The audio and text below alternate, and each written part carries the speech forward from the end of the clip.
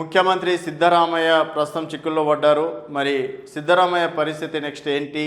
అలాగే ఏసీసీ కార్యాలయం నుంచి కూడా తనకి ఫోన్ రావడం అనేది కూడా జరిగింది. మరి సీఎం కనుక అంటే సీఎంని గవర్నర్ కూడా ఆదేశించాలని చెప్పేసి కూడా చెప్పడం అనేది జరిగింది.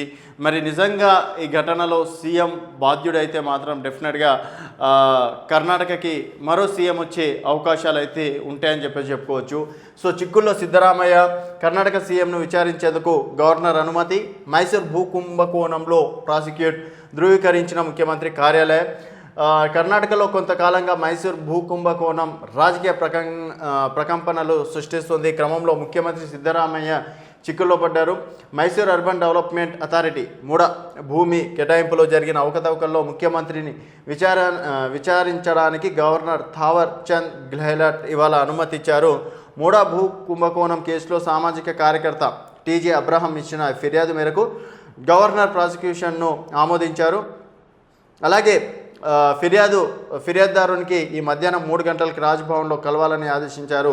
దీనిపై సమాచారం అందినట్లు ముఖ్యమంత్రి కార్యాలయం సీఎంఓ కూడా ధృవీకరించింది. రాష్ట్ర సీఎంపై విచారణ జరగనున్న నేపథ్యంలో ఈ అంశం ఇప్పుడు తీవ్ర ఆసక్తికరంగా మారింది. మరి కర్ణాటకలో ఏం జరుగుతుంది? సో అవినీతి జరిగిందంటూ కూడా అక్కడ కొంతమంది సామాజిక కార్యకర్తలు కూడా కేసు వేయడం అనేది జరిగింది. ఈ విచారణకు మాకు అందిందని చెప్పేసి సీఎంఓ కూడా అధికారికంగా ప్రకటించడం అనేది కూడా జరిగింది.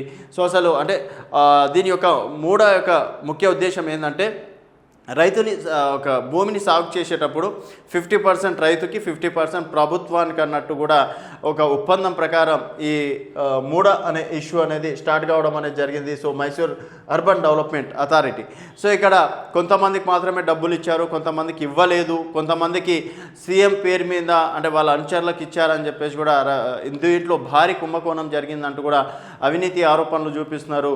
ఒకవేళ అవినీతి ఆరోపణలు కనుక నిజమైతే ఇప్పటికే కేజ్రీవాల్ ఢిల్లీ సీఎం అరెస్ట్ అయ్యారు లిక్కర్స్ కేసులో.